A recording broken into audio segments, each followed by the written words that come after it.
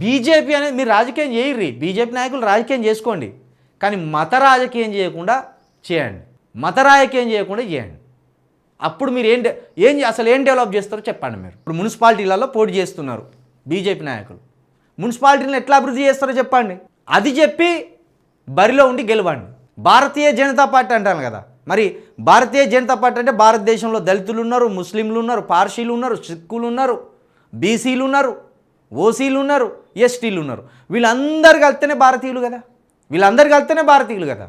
మరి ఎందుకు ఈ సాంప్రదాయాన్ని దెబ్బ కొడుతుంది బీజేపీ? ఎందుకు దీన్ని విషమయం చేస్తుంది బీజేపీ?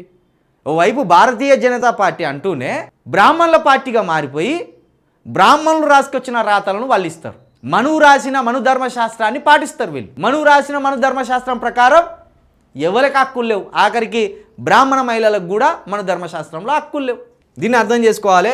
ఖచ్చితంగా బీజేపీ తన ఆలోచనలను మార్చుకోకపోతే ఖచ్చితంగా కనుమరుగవుతుంది ఆ పార్టీ. ఇప్పుడు కాకపోయినా ఎప్పటికైనా కనుమరుగవుతుంది. చేత్తనేమో మొత్తం మతంతో కూడిన పిచ్చోళ్ళని తయారు చేస్తే ఆ పార్టీకి అద్భుతమైన భవిష్యత్తు ఉంటుంది. బీజేపీ బలమంతా మత పిచ్చోళ్ళు తయారైతేనే బీజేపీ బలంగా ఉంటుంది. ఇది సింపుల్గా అర్థం చేసుకోరు.